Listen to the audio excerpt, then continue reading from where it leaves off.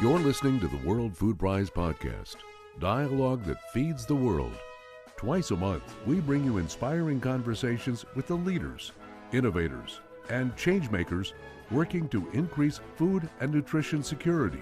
From groundbreaking research to global initiatives, we explore the ideas and actions driving food and nutrition security, sustainability, and opportunity for all. Join us as we uncover solutions, share stories, and work toward a more food and nutrition secure future. The Wellmark Foundation is proud to present the World Food Prize Podcast as part of our commitment to improving the health of all Iowans and South Dakotans. Access to nutritious food is essential for living a long, healthy life, and this partnership underscores the importance of advancing a food and nutrition secure future for all. Please welcome Claire Babineaux-Fontenot and your host, World Food Prize CEO, Tom Vilsack.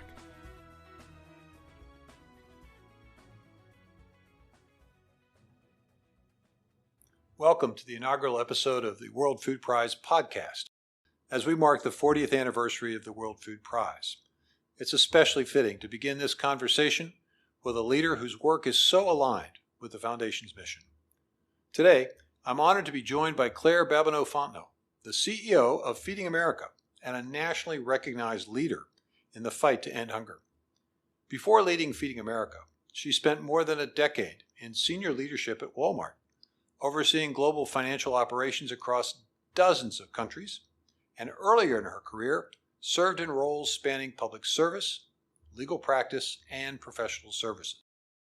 Since becoming CEO of Feeding America in 2018, she's guided Feeding America through moments of extraordinary challenge, including the COVID-19 pandemic, while advancing both immediate relief and long-term systemic solutions to food and nutrition insecurity.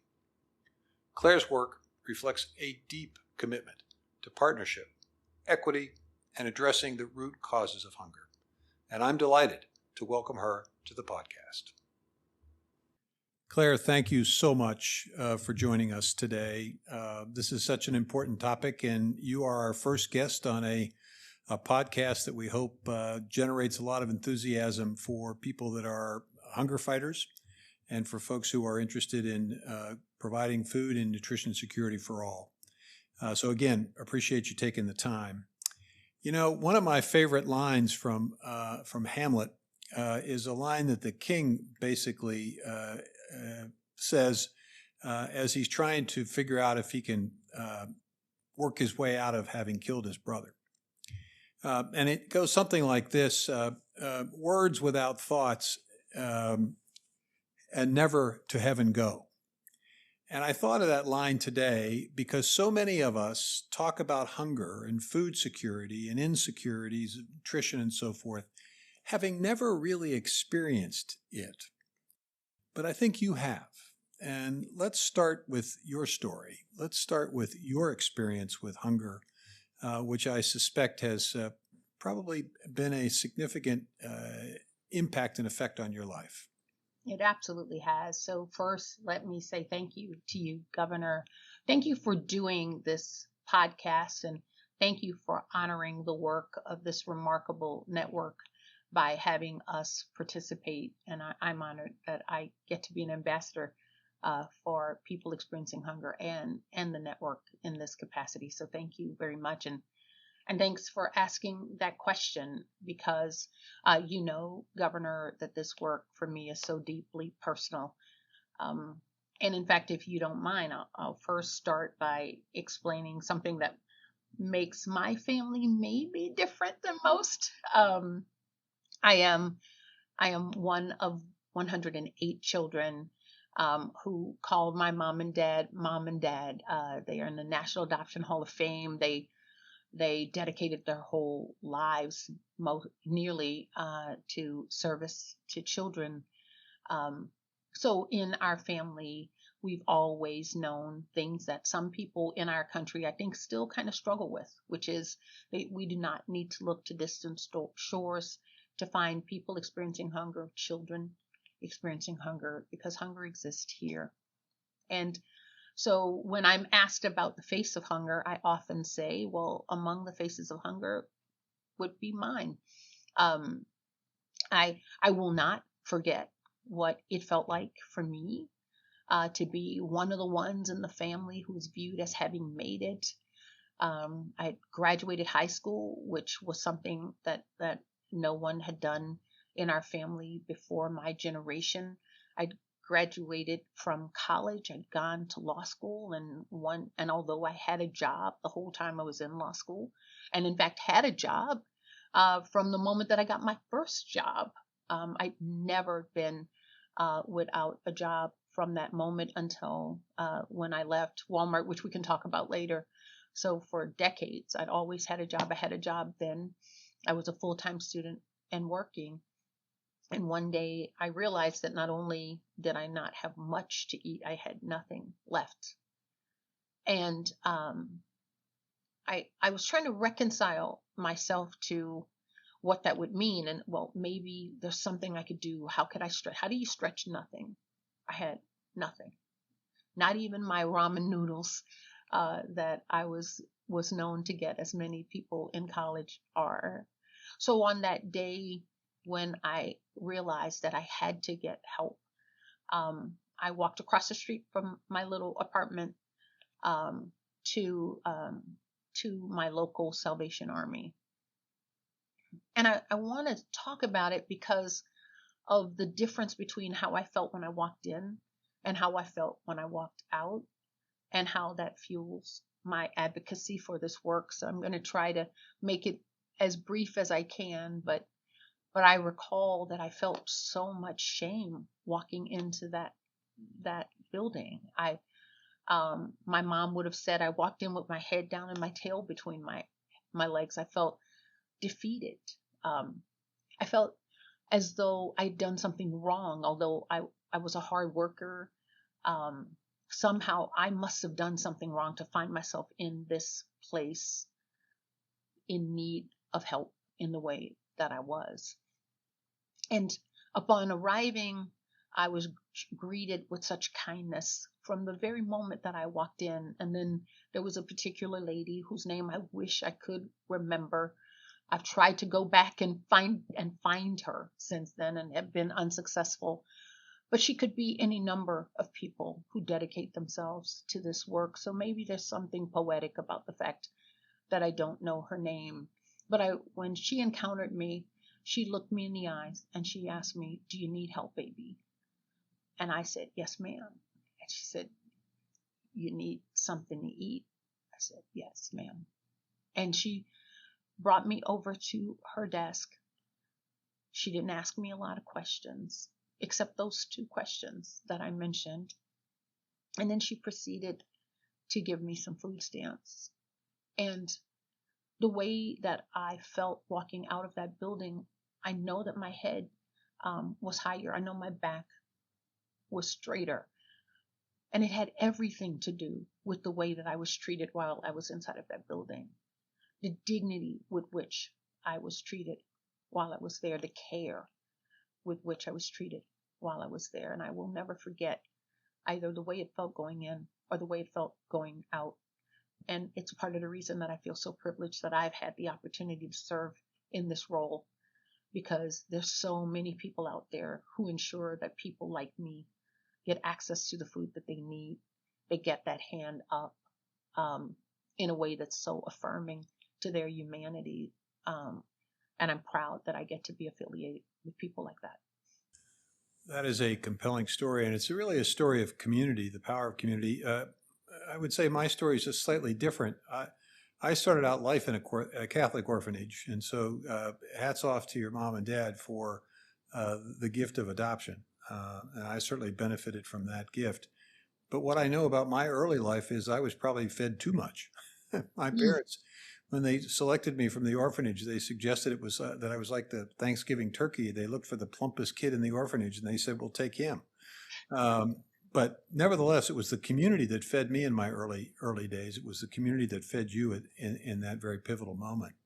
And it is the community that I think is represented in the work that you and the folks at Feeding America do every single day.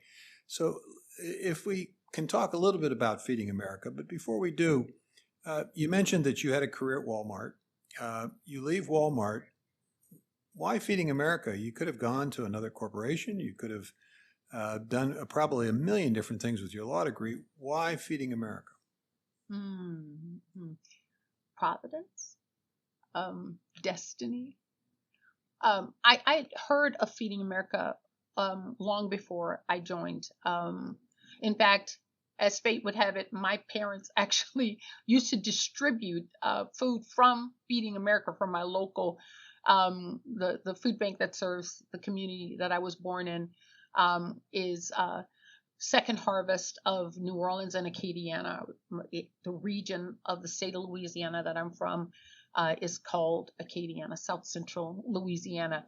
And so my parents, as you would imagine, the kind of people who have 108 children also know everybody in the community. So they knew where the needs were, and they worked in collaboration with the food bank. And the food bank would come into Opelousas, and they'd come to our house. And from our house, they would distribute food to people in our community who were in need of it. There was not the pantry system that now exists that Second Harvest is a part of at the time in Opelousas. So I recall the work of Feeding America before it was called Feeding America, when it was called America's Second Harvest. And I knew that was good work. So as I started, when I, if I can try to be brief in saying that, while I was at Walmart, I was walking around my whole career before that, knowing about needs, about the power that people have to address those needs. I knew about Feeding America. I knew about the Salvation Army, as I mentioned before. And I always imagined that I would use my talents toward a cause like this one. But I thought I had plenty time, Governor. And then I went and got what was going to be, I thought, a routine physical. And I learned at the physical that I had cancer. And when the doctor told me that I had cancer, a tear fell from my eye, and my husband was there with me. And I can only imagine that he and the doctor both thought that I was crying, because I thought that death might be imminent. And the truth is, that's actually not what I was thinking. What I was thinking was that there'd been all of these signs that I kept ignoring around the fact that I am finite, and that this was the sign that meant that I was going to need to leave Walmart. And Walmart had been very good to me. I'd professionally achieved things I never imagined I'd get the chance to do there. And I kept on making excuses for why I would stay. And when confronted with this cancer, I knew I'm going to get better, and then I'm going to leave. And that's exactly what I did. And then serendipity had its hand in things. Someone that I met at Walmart, who was over the foundation at Walmart, her name's Kathleen McLaughlin. She and I were talking when she joined the Feeding America, the Walmart team. I was having a traditional lunch that I'd have with people when they joined, and she and I were talking, and I said, I always imagined, interestingly, that I would use my career to do something more like what you do than what I'm doing. I'm chief tax officer and treasurer of Walmart. That's not what I thought I was going to do. And she noted it. Fast forward, I left Walmart. I didn't know exactly where I was going to go. I knew it would be in the nonprofit space. I just didn't know where. As fate would have it, you're looking for a CEO at Feeding America. And Kathleen McLaughlin called the search firm and said, there's a lady you should meet. And that's how it happened. And then they call me, and I'm like, what? Really? I didn't even know the position was open until I got that phone call. And the rest, I think they say, is history, Governor. Here I am. Well, you've done a phenomenal job in growing the network. But let's talk about that network, and let's talk about the work that Feeding America does. But as we do, so I live in Dallas County, Iowa, which is a fairly affluent county in the state. So can I assume that food insecurity and nutrition insecurity is not in Dallas County, but it's in some other, perhaps inner city location, or maybe it's in a very rural area? Can I assume that my county's basically free of hunger? Well, one thing I know about you, sir, is that you are a forever student, and you know that the answer to your question is absolutely not. In fact, you must assume the contrary to be true. There is not one county or parish in the United States of America it does not have people living within it who are experiencing hunger. Hunger is an American challenge. It is every county, no matter how wealthy in the country, has people experiencing hunger. So absolutely not. In fact, the contrary would be true. And it's one of the reasons that I think this is an issue that's so galvanizing for the country. When people have a better awareness of how ubiquitous hunger is, of how solving for this challenge solves for challenges inside of their town that they care the most about, their county, that they care, their state, then they tend to galvanize and really want to be a part of solutions. And we found that to be true. Unfortunately, many don't know that yet. So when we have a chance like this and you lift that up, it can open people's minds to the reality of what happens with hunger. And when those minds are open, the American public is so remarkably generous and so bent on solving for big problems that I think the more people understand it, the more likely they are to be a part of the work. Well, I think you're right. There's so many of us who assume that hunger is someplace other than home, but it actually is everywhere. It's not just in this country. Obviously, it's everywhere in the world.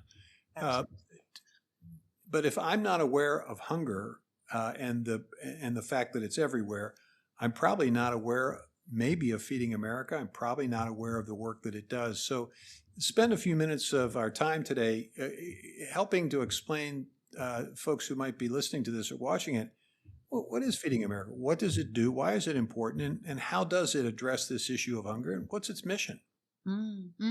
So first, let me start with the last part of your question first. As a network, our aspiration is an America where no one's hungry. And so the way that we define this network, it includes over 250 food banks across the country, over 60,000 agency partners and meal programs. It includes 21 state food associations, which are hubs that in every single one of those partner state associations, they're focused on policy.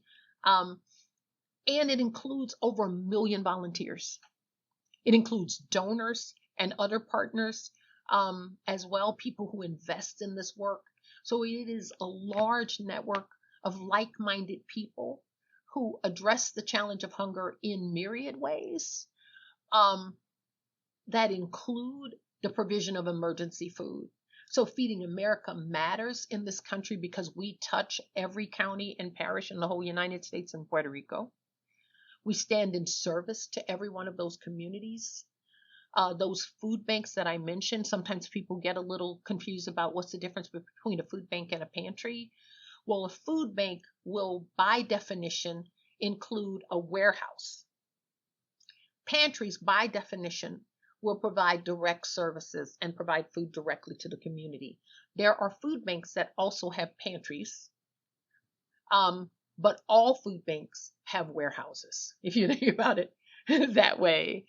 One of the reasons I think that people are not aware sometimes, as large as the network is, they don't think about it as the Feeding America network, is that Feeding America as a network has spent less time on getting credit for the work and more time on doing work that is creditable. So the Feeding America logo is not stamped on every single thing that we touch. What part of the secret sauce of our network, in fact, is how diverse it is and how fiercely local it is. Although we've got this reach across, it is a beautifully local organization and rich and diverse in that way as well. So Feeding America as a network touches last year, for instance, and will likely do so again this year, over 50 million people, providing over 6 billion meals. I mean, it's absolutely amazing. And that's just one aspect of what Feeding America as a network does, and it's the most visible part of it. Another part of what we do is we work on advocacy and policies. We're a nonpartisan organization, not bipartisan. We're an organization that is uniquely positioned to know whom it is that experiences hunger, to talk to them and listen and learn from them about why it is that they're turning to the charitable food system in need of resources, and to know from them what would position them better to not need that support. And then we advocate for policies informed by what they've told us. There's a study that we do every year called Elevating Voices to End Hunger Together. And this is a study that is completely about asking people experiencing hunger the kinds of questions that I just mentioned and listening to what their responses are. So we advocate for policies that support people and their aspirations to no longer need the charitable food system. So that puts us in state houses, in city halls, and at the Capitol too, working the Hill as well. Well, you were certainly part of our hunger summit that we have every year here at the World Food Prize Foundation for the state of Iowa and the region surrounding the state. Certainly provided significant advocacy on behalf of strategies like the summer feeding program, which we now, fortunately, are now going to embrace and adopt, which obviously will take some of the pressure off of the Feeding America network. At the same time, there is probably a bit more pressure on that network, is there not, in light of recent changes in the federal law that probably will result in fewer people receiving the SNAP or Supplemental Nutrition Assistance Program benefits. Have you been able to calculate the impact and effect of that policy change and what it means to Feeding America? Yeah. Rather than we do the calculation, actually, the Center on Budget has done it. Attached to the legislation, they estimate that at its current state, if there are no additional changes down the line, that we're looking at a 6 billion meal gap created by the recent legislation.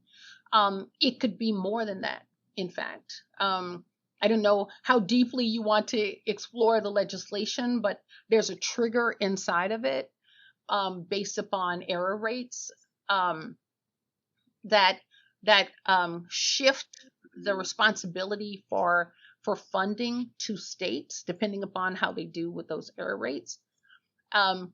And that shift in funding could result in the state not being able to get any support at all. So I think the estimates coming out on it are conservative, and the impact is likely to be even more severe. That 6 billion figure, how does that relate or compare to the number of meals theoretically that you all at Feeding America help assist or provide? Wipes the whole thing out. The whole thing? The whole thing. We provide about 6 billion meals. It will create, almost ironically, the exact same gap, an additional 6 billion meal gap with this incredible network, all the work that it's doing right now.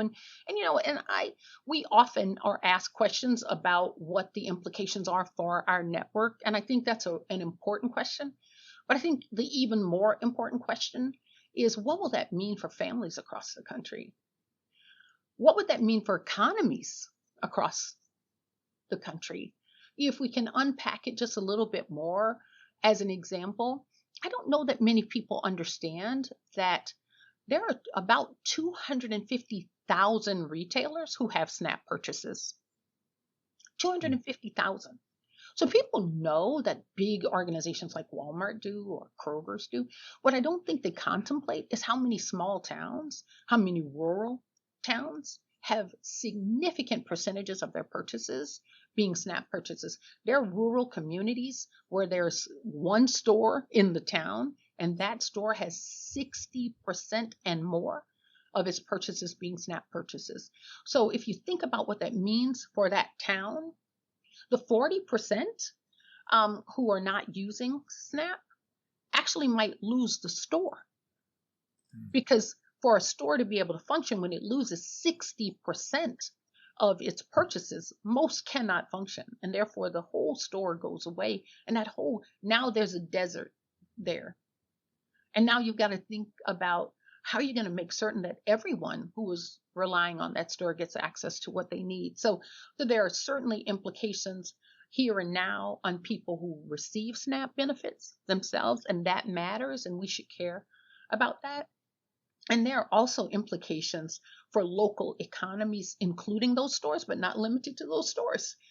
It's also about farmers, growers, producers, ranchers in this country, who will be significantly impacted if there are no additional interventions. So it has a deep, meaningful, material implication for our overall society in ways that I do not believe are yet understood. So we just have a couple of more minutes left with, I think I could probably talk with you for several hours about this. Same. But I do need to give you an opportunity to tell me and to tell us, what do we do? How do we help? Where do we go to help? What are you looking for from us? Wow. So we talk about help across 3 indices, and one of them would be, to the extent that you have resources and you can bring to bear, please do, to the extent that you can. We have a website, feedingamerica.org, and there's a food bank locator on that website.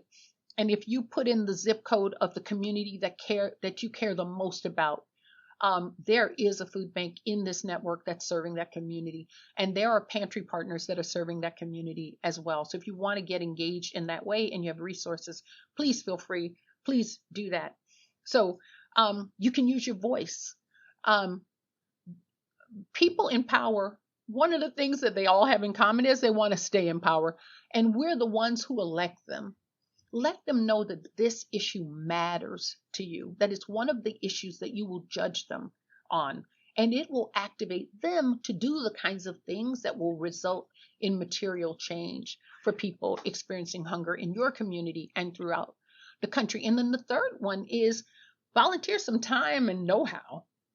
That same feedingamerica.org, if you were to go out to those food banks and ask them, how may I show up with you inside of this community?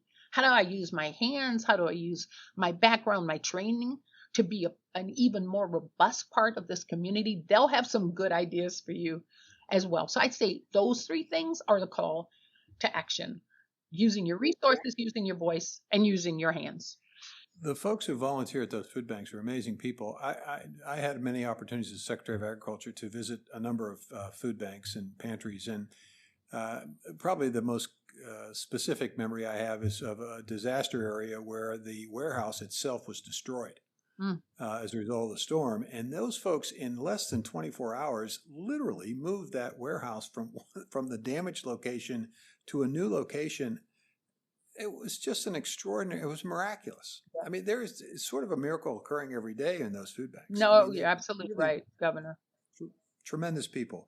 Oftentimes when people give money to charities, they wonder, well, how much of it actually goes to the program and how much of it goes to the people who are working there, the administrative and overhead costs. I've always been struck by how well you folks manage the resources that you do get.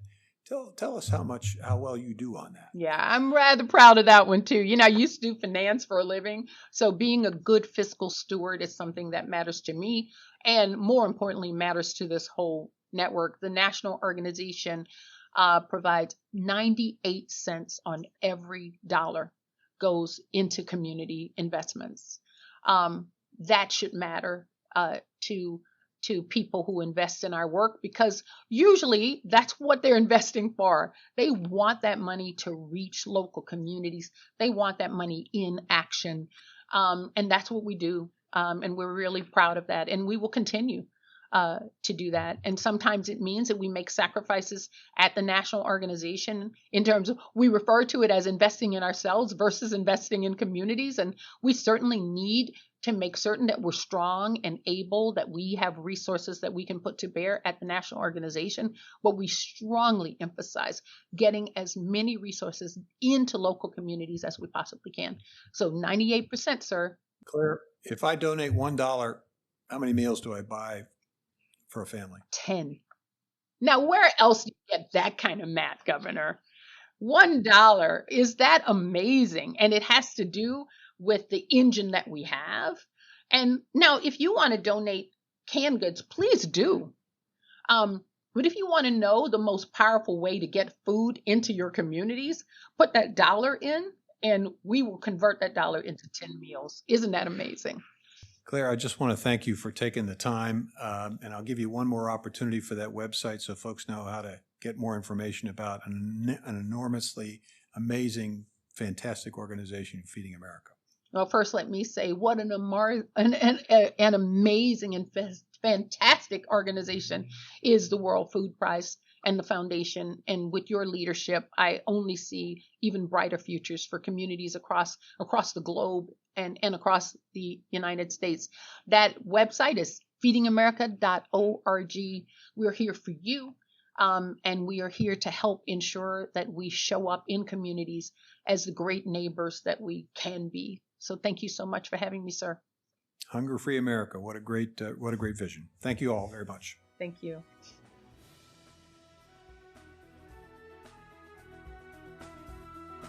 Thank you for listening to the World Food Prize podcast.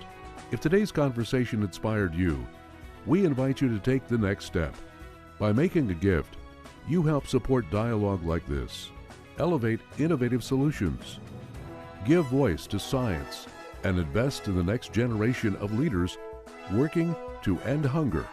Visit worldfoodprize.org to donate, learn more, and get involved. Together, through dialogue and action, we can sustainably feed the world.